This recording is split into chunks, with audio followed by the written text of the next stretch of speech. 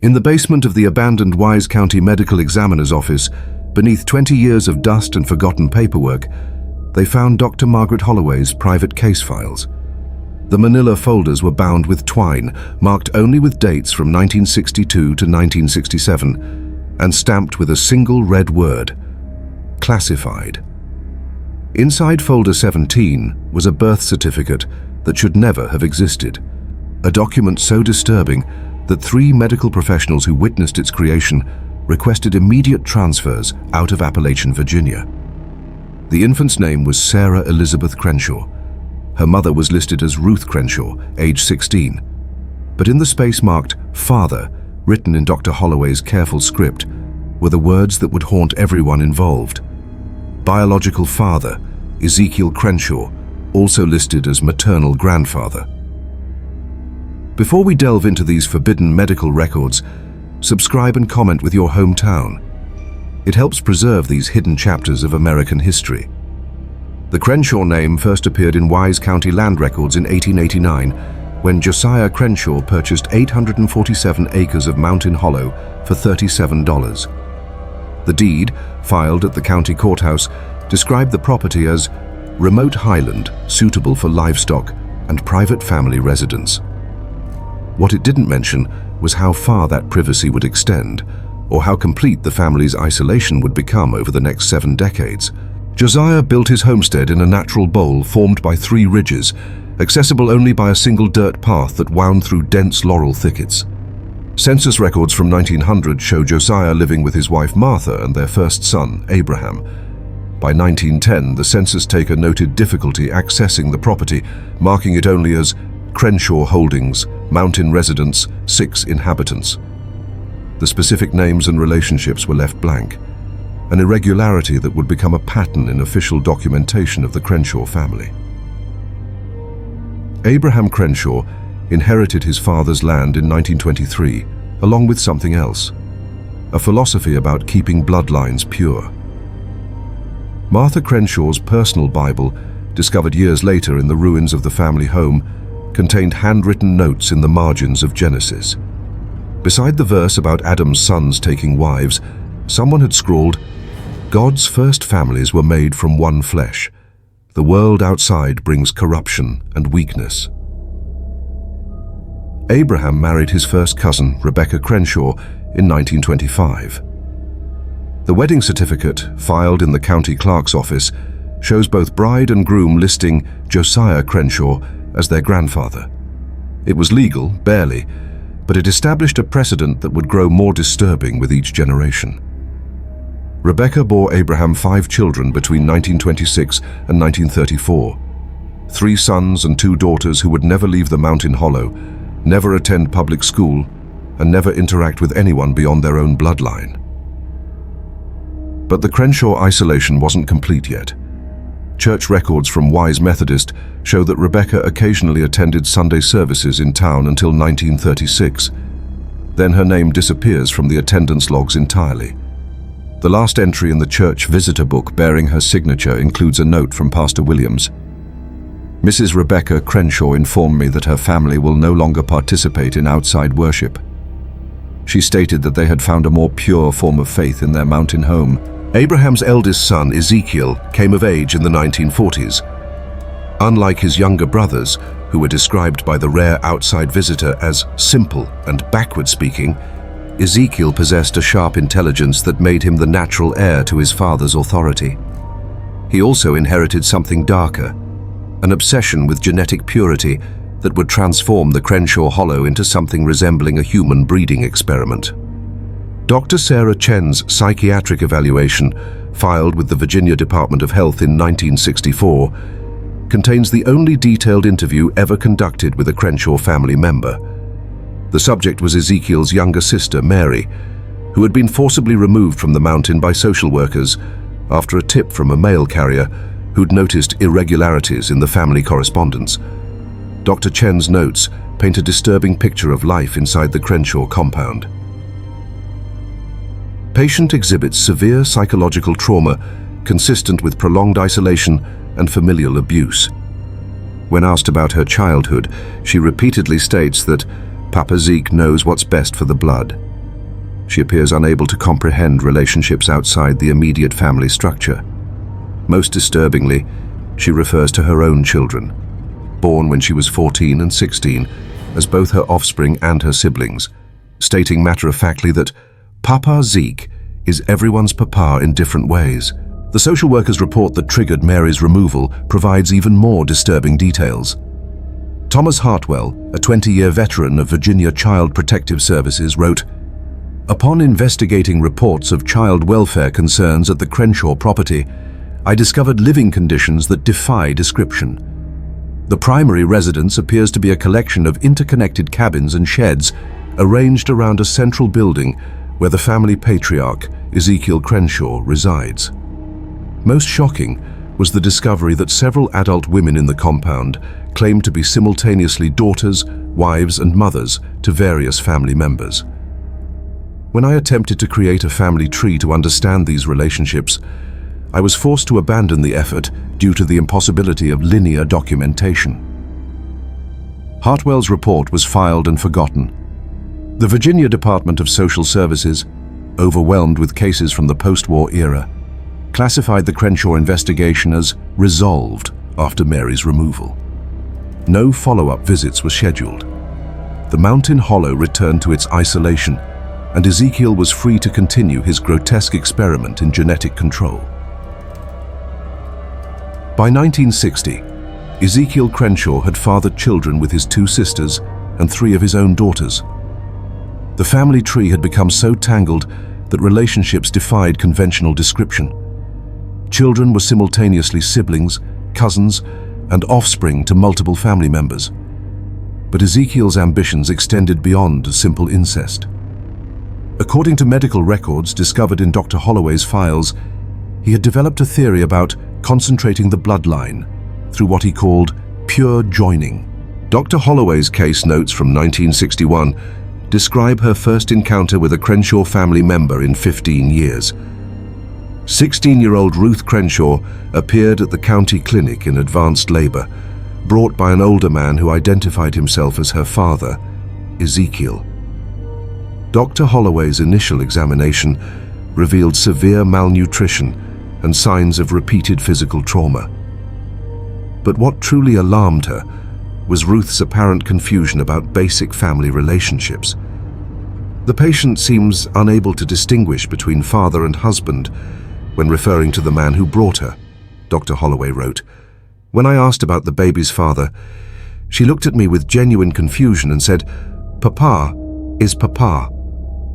I asked if she understood the biological process of conception, and she replied, "Papa makes the babies when God tells him to. Some babies come from one joining, some from another." The implications of her words are too disturbing to ignore.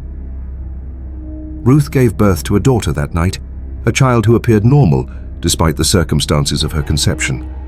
Dr. Holloway noted the infant's vital signs as stable, her development appropriate for gestational age. She named the child Sarah Elizabeth, after Dr. Holloway's own mother. It seemed like a small victory, a healthy child emerging from an unspeakable situation. But Ruth returned to the clinic 8 months later, pregnant again. This time, her condition was visibly deteriorated. Dr. Holloway's notes describe severe anemia, dental decay consistent with malnutrition, and psychological distress manifesting as complete emotional detachment. More alarming were Ruth's own words about her pregnancy. "Papa says this baby will be the purest yet. He says when the blood joins itself 3 times it becomes sacred." Dr. Holloway pressed for details, and what Ruth revealed would haunt the doctor for the rest of her career. Ezekiel hadn't simply fathered Ruth's first child, he was preparing to father another child, using Ruth's own daughter, Sarah Elizabeth, who was not yet 2 years old. Ruth spoke of this plan with the detached tone of someone reciting a grocery list, referring to it as the completion, and explaining that Papa says the blood must fold back on itself to become pure. Dr. Holloway faced an impossible situation. Child Protective Services had proven ineffective in previous Crenshaw interventions. Law enforcement in rural Wise County was limited, and according to her private notes, potentially compromised by local sympathies toward family privacy. Most disturbing of all, Ruth seemed to view the planned abuse of her infant daughter as a religious obligation rather than a crime. The doctor made a decision that would define the rest of her career. Instead of reporting immediately to authorities she knew would be ineffective, she began documenting everything. Every visit, every conversation, every medical examination was recorded in meticulous detail. She photographed injuries. She recorded Ruth's words verbatim. She even began discreetly testing blood samples from Crenshaw family members, building a genetic profile that would eventually reveal the full extent of Ezekiel's breeding program. What she discovered was worse than she had imagined. Blood work from Ruth and her children showed genetic markers indicating multiple generations of inbreeding. But more disturbing were the DNA comparisons Dr. Holloway conducted using primitive 1960s genetic testing. The results suggested that Ezekiel was not just Ruth's father, but potentially her grandfather as well, meaning that his own breeding program had been active for far longer than anyone suspected. Dr. Holloway's private correspondence with colleagues at Johns Hopkins University reveals her growing desperation. In a letter dated March 15, 1962, she wrote, "I am documenting what may be the most extreme case of familial genetic manipulation in modern American history. The family patriarch appears to have created a multi-generational breeding program designed to concentrate specific genetic traits. The psychological damage to the children involved is beyond measurement, but the physical consequences are becoming apparent as well. I have identified at least 6 pregnancies in the past 2 years that resulted from father-daughter relationships, and evidence suggests that grandfather-granddaughter relationships are being planned or may have already occurred." The letter was never sent. Found sealed in Dr. Holloway's personal effects, it represented her struggle between medical ethics and the practical limitations of 1960s child protection services. She had evidence of ongoing abuse, but the victims were so psychologically conditioned that they actively resisted outside intervention. Worse, removing 1 or 2 family members had historically proven ineffective, as the remaining Crenshaws would simply disappear deeper into the mountains. In December 1962, Ruth Crenshaw gave birth to her second daughter. Dr. Holloway's medical notes described the infant as small but viable, showing no obvious signs of genetic abnormality despite circumstances of conception. She named the child Emma Grace, and her birth certificate listed Ezekiel Crenshaw as the father. But this documentation told only half the story. 3 months later, Ruth returned to the clinic pregnant for a third time. She was 17 years old, severely malnourished, and carrying a child conceived through an act so depraved that Dr. Holloway initially refused to believe it was possible. In her private case files, sealed for over 50 years, the doctor recorded Ruth's matter-of-fact explanation of her pregnancy. She stated without emotion that her father had begun the final phase of his breeding program. Using her first daughter, Sarah Elizabeth, now 14 months old, Ezekiel had achieved what he called pure joining. Ruth explained this as if discussing the weather, noting that Papa says the blood is ready to complete itself. When I pressed for clarification, she confirmed that her current pregnancy resulted from Ezekiel's sexual abuse of his own granddaughter, an infant barely able to walk. Dr. Holloway's case notes reveal her immediate response. She contacted the FBI field office in Bristol, Virginia. This wasn't a case for local law enforcement or social services. This was systematic child abuse involving multiple generations and crossing state lines. The federal agents who responded treated the situation with appropriate gravity, but they faced the same challenge that had stymied previous interventions. The Crenshaws were experts at disappearing into mountain wilderness that could hide entire families for decades. The FBI raid on the Crenshaw compound, conducted on April 23, 1963, found an abandoned settlement. The buildings remained, along with disturbing evidence of the family's activities, crude medical equipment, detailed breeding charts written on wooden boards, and photographs documenting the physical development of various family members. But the Crenshaws themselves had vanished completely. Ruth's third pregnancy came to term in a location unknown to medical authorities. Dr. Holloway never saw her again, never learned whether the child survived, never discovered where the family had relocated. The case remained officially open with the FBI for 7 years before being transferred to the Cold Case Division. In 1967, 4 years after the FBI raid, a young woman appeared at the emergency room of Bristol Regional Medical Center. She was in active labor, appeared to be in her late teens, and carried identification showing the name Sarah Elizabeth Crenshaw. The birth certificate she presented listed Dr. Margaret Holloway as the attending physician at her own birth, dated 5 years earlier. Dr. Holloway was contacted immediately. Her examination of the young woman confirmed her worst fears.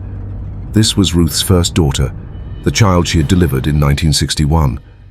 Sarah Elizabeth was now approximately 6 years old, but her body showed signs of forced sexual maturation, consistent with severe and prolonged abuse.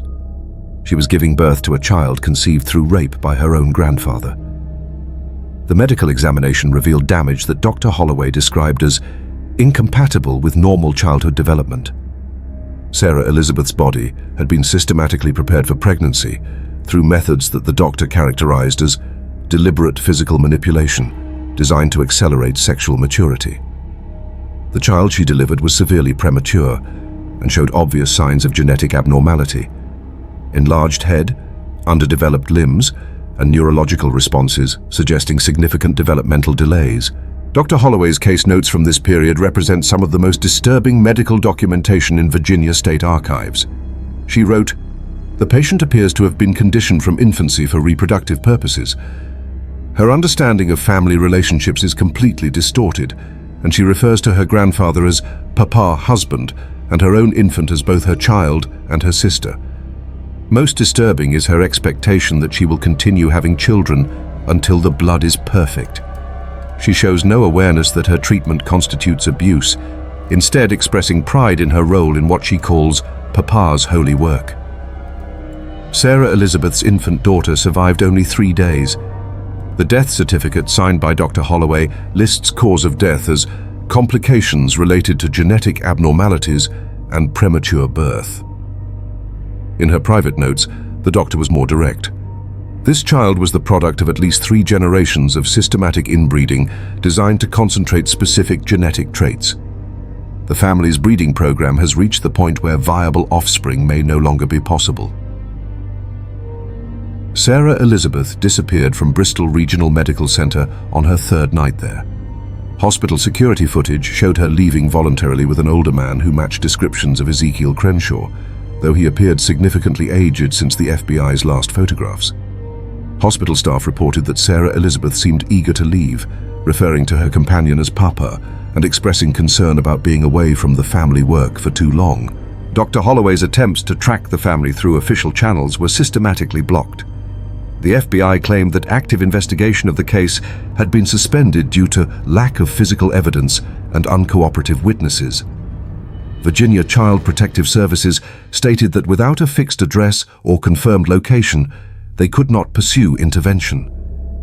Even the hospital administration discouraged Dr. Holloway from pursuing the matter further, citing potential legal complications from involvement in family court matters.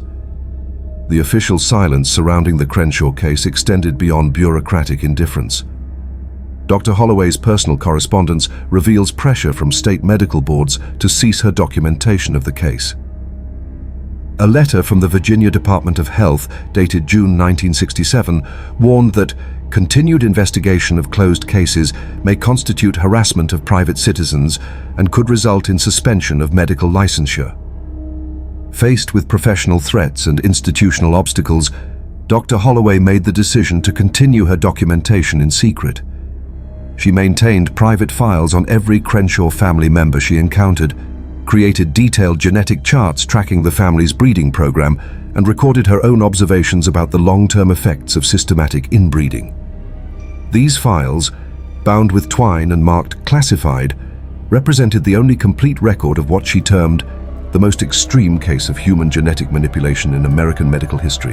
In 1971, Dr. Holloway received one final visit from a Crenshaw family member.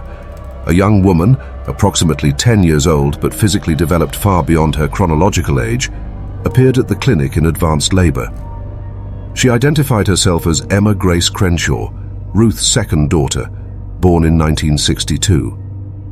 Like her sister before her, Emma Grace had been systematically prepared for reproduction through methods that Dr. Holloway described as medical abuse designed to create viable pregnancies in pre-adolescent children.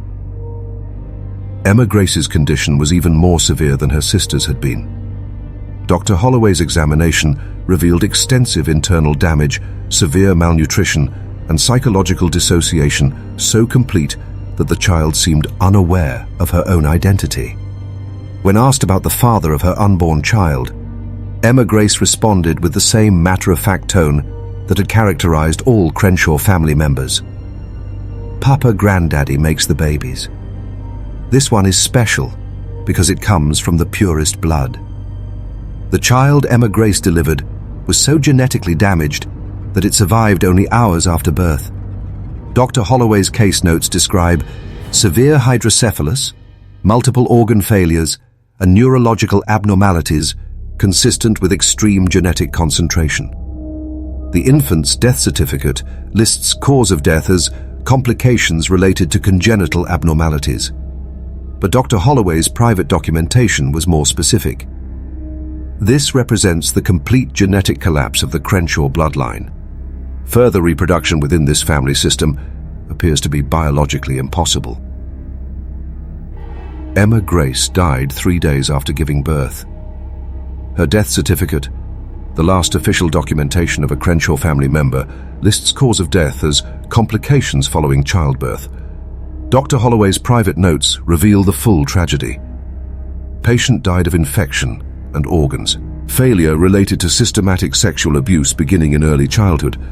Her body was not developed enough to survive pregnancy and childbirth, but the family's breeding program continued regardless of medical consequences.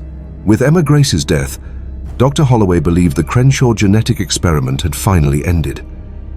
The family's breeding program had reached the point where offspring could no longer survive, effectively terminating the bloodline through its own genetic concentration. The mountain hollow that had hidden the family's crimes for over 70 years fell silent. Dr. Margaret Holloway retired from medical practice in 1973. She moved to Richmond, where she spent her remaining years working with child advocacy groups and lobbying for stronger protections against familial abuse. She never spoke publicly about the Crenshaw case, but her private files suggest it continued to haunt her until her death in 1994. Those files, discovered in her basement office, represent the only complete documentation of America's most extreme case of systematic inbreeding. The medical records, photographs, and genetic charts paint a picture of multi-generational abuse designed to concentrate specific bloodline traits through controlled reproduction. What began as religious extremism about pure blood evolved into a breeding program that treated children as experimental subjects in a grotesque genetic project.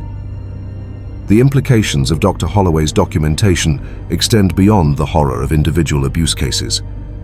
Her genetic analysis suggests that the Crenshaw breeding program produced measurable changes in inherited traits over just 3 generations. Children born into the later generations showed increased rates of specific genetic markers while simultaneously exhibiting severe developmental abnormalities. The family had essentially created a closed genetic system that concentrated both desired and harmful traits in equal measure. Most disturbing are Dr. Holloway's psychological profiles of Crenshaw family members. Her interviews reveal individuals who had been so thoroughly conditioned to accept abuse as normal that they actively participated in their own victimization. Children raised in the compound showed no awareness that their treatment constituted abuse, instead viewing sexual exploitation as a religious or familial obligation. The psychological damage was so complete that victims became perpetrators, continuing cycles of abuse even when opportunities for escape presented themselves. The Crenshaw case represents more than individual family pathology. It reveals systematic failures in rural child protection that allowed extreme abuse to continue for multiple generations. Dr. Holloway's correspondence with federal agencies shows repeated attempts to intervene that were stymied by jurisdictional complications, resource limitations, and cultural deference to family privacy. The geographic isolation that protected the Crenshaw compound was both natural and cultural. Appalachian communities of the 1940s and 1950s maintained strong traditions of family autonomy that discouraged outside intervention in domestic matters. Social services were limited in rural areas, and law enforcement often lacked resources for extended investigations in remote mountain communities. These factors combined to create environments where extreme abuse could persist undetected for decades. Dr. Holloway's case files include correspondence with other medical professionals who encountered similar situations in isolated rural communities. A network of doctors, social workers, and federal agents documented multiple cases of multi-generational abuse hidden in mountain communities across Virginia, West Virginia, and Kentucky. The Crenshaw case was extreme, but not unique. It represented the furthest extension of abuse patterns that existed throughout the region. The cultural silence surrounding these cases extended beyond official indifference. Mountain communities often viewed outside investigation as governmental interference in family matters, creating additional barriers to intervention. Children raised in abusive situations learned to hide their circumstances from outsiders, while adult family members actively resisted contact with social services or law enforcement. This conspiracy of silence allowed systematic abuse to continue, even when evidence of harm was obvious to medical professionals. By 1975, the abandoned Crenshaw compound had been reclaimed by mountain vegetation. Hunters occasionally reported finding remnants of buildings hidden in the laurel thickets, but the exact location of the family's settlement became local legend rather than documented fact. Property records showed that Ezekiel Crenshaw had never officially owned the land his family occupied. They had been squatters on Federal Forest Service territory for over 50 years. Federal investigators who revisited the site in the 1980s found evidence of the family's activities scattered throughout the hollow. Crude medical equipment suggested amateur surgical procedures. Breeding charts carved into wooden planks documented planned pregnancies going back multiple generations. Most disturbing were photographs found buried in metal containers, images documenting the physical development of family members from birth through forced sexual maturity. The photographs, now held in sealed FBI files, provide visual evidence of Dr. Holloway's written documentation. Children, as young as 8 or 9, show signs of forced physical maturation. Family group portraits reveal the confused relationships that characterized Crenshaw family structure. Individuals who appear to be siblings are positioned as couples, while obvious parent-child relationships are documented as marriages. Archaeological investigation of the compound revealed additional horrors. Shallow graves contained the remains of at least 12 infants and children, suggesting that genetic abnormalities and failed pregnancies were far more common than Dr. Holloway's medical records indicated. Forensic analysis of the remains showed evidence of severe genetic disorders consistent with extreme inbreeding, including neural tube defects, organ malformations, and skeletal abnormalities that would have made survival impossible. The Crenshaw bloodline ended in genetic collapse, but the mountain hollow where it flourished still bears scars from their 70-year occupation. Local hunters avoid the area, reporting strange sounds and unsettling discoveries among the ruins. Forest Service maps mark the region as difficult terrain, and hiking trails are routed around the natural bowl where Josiah Crenshaw first established his family's isolation. Dr. Margaret Holloway's files remain sealed in state archives, available only to researchers with special clearance and compelling academic justification.